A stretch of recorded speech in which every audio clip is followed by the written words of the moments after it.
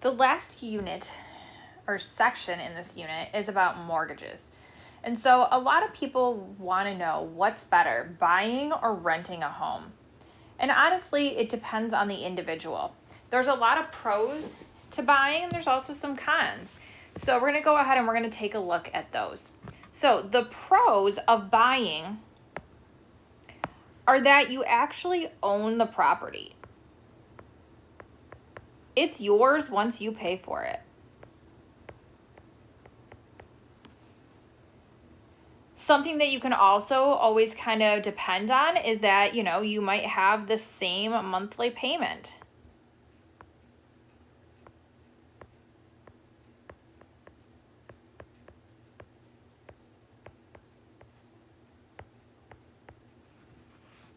There are some tax benefits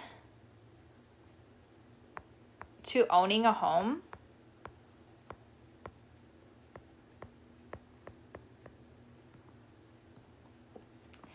And you can also take what we call home equity loans, excuse me, or a line of credit from your home.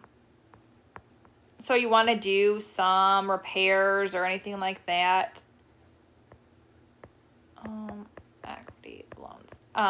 You could go ahead and you could take a loan out against some of the value of your home to do that. On the other hand, there are some cons to buying and owning your own home. Something that you have to think of is that it's very long term. Yes, you could go ahead and you could sell your house, but it just also depends on the market. Did it gain value? Did it lose value? Is it going to sit on the market for a long time? And whatnot. Also, you are responsible. You have to pay for any repairs.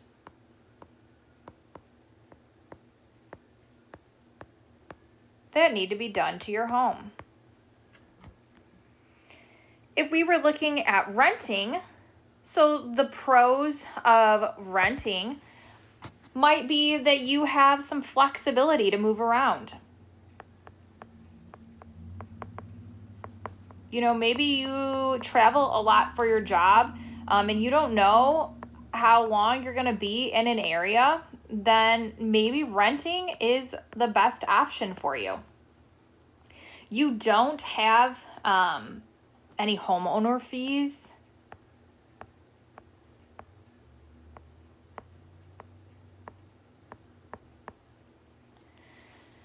The landlord is responsible for a lot of the different repairs that go on. Maybe you are using this to build your credit.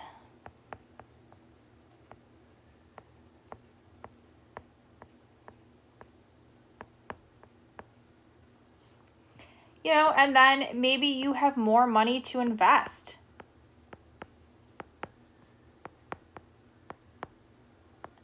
Because you don't have to pay as much money.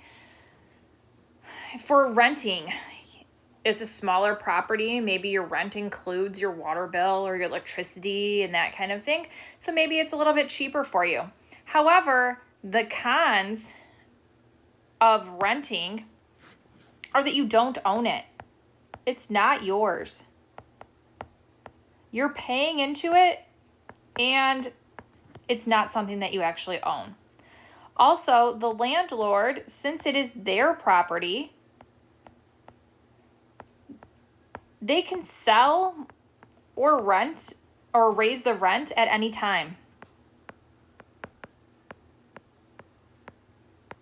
You love the place where you are living, and then all of a sudden they decide that it's not going to be a place that they're going to rent out anymore. They're going to sell the property, and then you have to find somewhere else to go. Okay. All right. So when we are looking at what it takes to purchase a home, there's a lot of different steps that you need to take. So the first thing that you need to do is you need to start your research early. And when I'm talking about research, there's a lot of different things that you need to look for.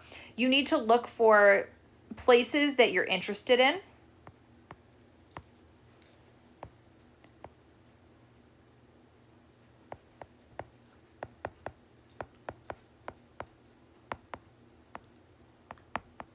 You want to check out the area. You want to see what the average cost is for a home in that area. How much are the taxes in that area? How long do houses stay on the market?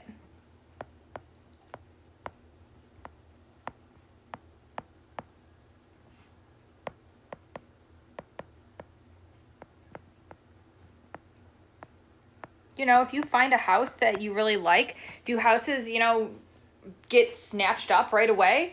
Or do you think you have a little bit of time to kind of think about it? Those are important things that you need to know. Then you need to go ahead and you need to look and you need to determine how much house you can afford.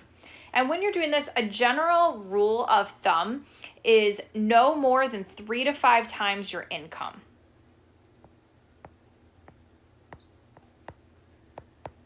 That might sound a little bit outrageous,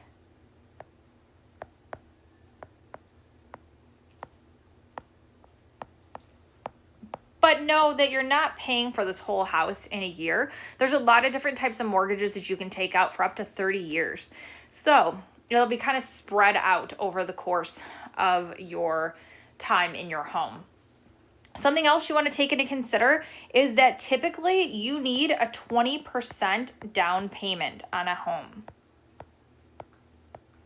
So that's something else that you're going to want to make sure that you have saved up for. There is a mortgage called an FHA mortgage, and I'll talk a little bit about that, but you actually only need 3.5%. You do pay a little bit more in interest, though, each month with an FHA mortgage. Then you're going to go ahead and you're going to go to a bank and you're going to get pre-approved for credit or a mortgage. And what they're going to do is they will tell you your price range that you should look at. So they're going to look at what it is that you can actually afford. And then you can say, okay, well, you can buy a house up to this price. And these are what your monthly payments will be. So then you can go ahead and you can find an actual real estate, someone who's going to help you find your home. Your real estate agent is actually paid by the seller as opposed to being paid by you. If you're selling your home, then you're going to know that you're going to have to pay a real estate agent unless you're selling by owner, those kind of things. Then once you find a house, you're going to go ahead, you want to check out the house. You're going to check out lots of different details of the home. You want to check out the lights in the house. You want to check out the water pressure in the house. You want to check out just the neighborhood in general at different times of the day.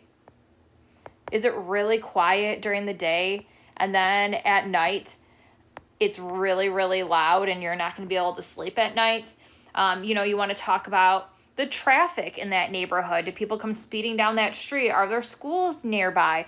Do your neighbors maintain their house? Your house might look great, but the other houses around you, are they, have junk on the lawn every day and whatnot? After you've done that and you've made an offer, you're going to go ahead and you are going to get an inspection. And an inspection is so important. You can withdraw your offer after an inspection.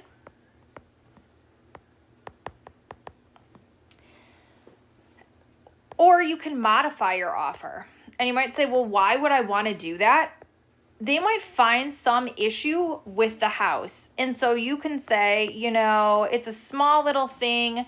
If they go ahead, if the homeowners, I want them to replace it before I actually make a purchase on it. Or, it's a little tiny thing and you say, you know what, it's fine. However, it could be something really serious. My cousin was looking for a house and there was an issue with the foundation of the home. It was sinking.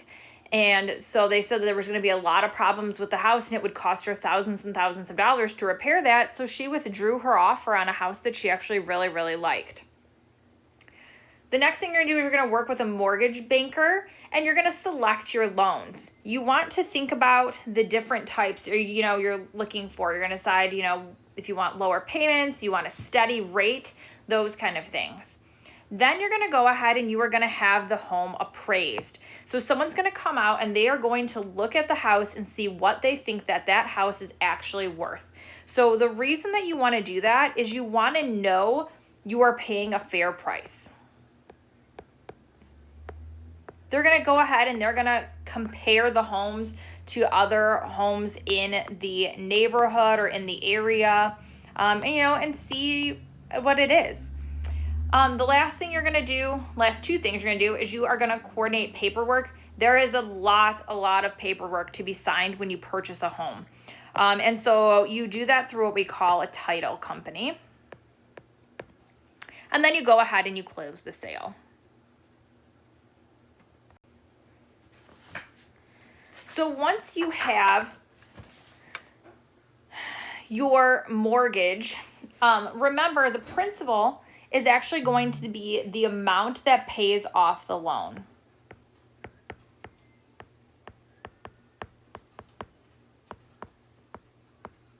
And then the interest actually goes to the mortgage company.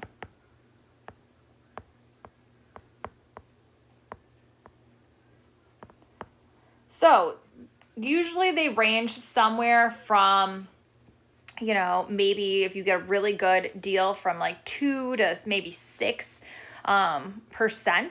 which doesn't seem like a lot, but when you're buying a home that's over $100,000, then that adds up a lot in interest. Each month you might have a set payment amount. However, the amount that's going to pay off the principal, to pay off the amount that you actually owe on the home, can change each month. In the beginning, your payments are actually mostly going to pay off the interest. So you actually pay off the interest first to the mortgage company before you actually kind of start paying the majority on your principal. There are two types of loans. There are adjustable rate mortgages, which are called ARMs. And there are fixed rate mortgages. So adjustable rate mortgages, they change based on the market.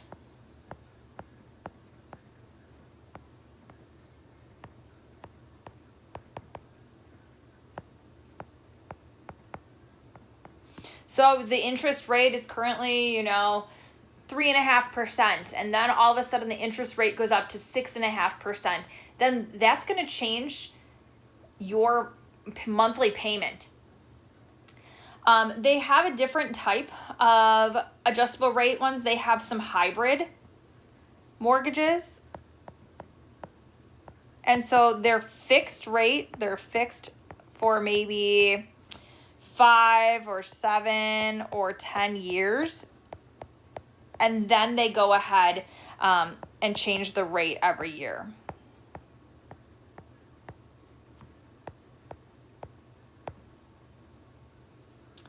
Okay. With a fixed rate, the nice thing about a fixed rate is that it keeps the same rate for the life of the loan.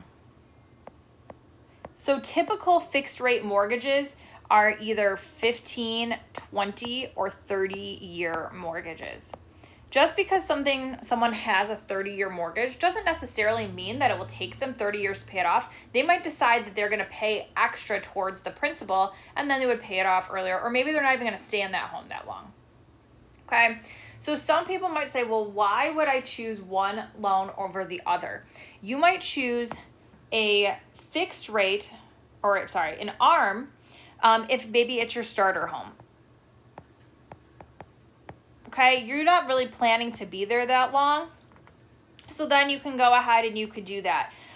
You might then have something that will have an interest rate that's lower to start.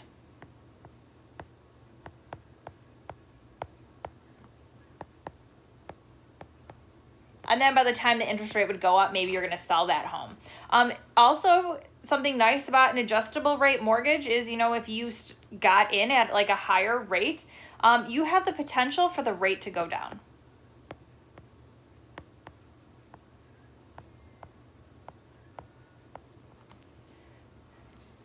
The good things about a fixed rate mortgage is that it's predictable. It's going to stay the same You're going to be able to know what your interest rate is the whole time. It's something, if you're going to have a long-term stay.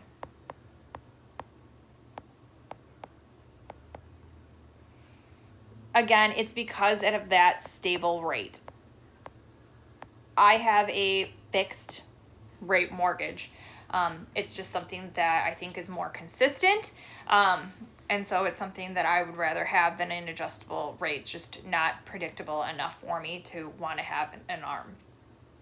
The last thing I want to talk about is FHA loans. And so an FHA loan is a Federal Housing Administration loan. When you do these, again, I mentioned earlier, you do not have to have as much of a down payment. You only have to have 3.5% for your down payment.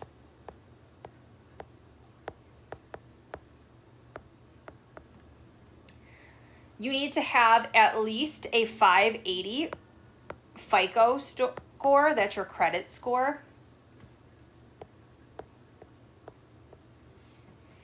And in Michigan, if you're going to do that, you can use it to purchase a home up to $314,000. So you might say, wow, that's really great. If I don't have to have 20%, I can take out this loan. The one downside that I would say to a FHA loan is that you have an extra mortgage insurance on there. It is called a PMI. It is private mortgage insurance. And it's because they want you to pay this because they want to make sure that you're, not going to become delinquent on your loan. So this is like an extra $30 to $70 per month.